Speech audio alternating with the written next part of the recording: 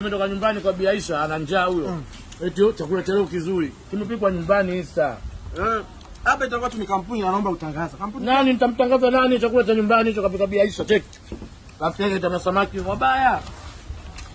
Matajiri mnakutana kula kwenye mifuko, check. Mimi nimeenda chakula changu kwenye kipoti special for me. Special for me you. Picha. Kile chakula chao kina mifuko ile pale ya karatasi. Na kustiri Isa, chakula cha nyumbani tu special. Unaona kuku alivyokaangwa kienyeji. Sasa unamstiri kwamba leo alikuwa ana budget ya kula. Ana budget, huyu mwingine anauza simu anaitwa yake iPhone. Analomba huyu.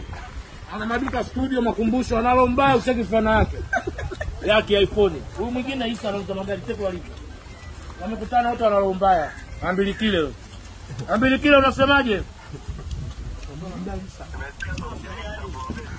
Isa anakudai sawa nini, anakudai kukopesha milioni 10. Una hela kumbe. Mfuate kakako mgaya akakukopeshe.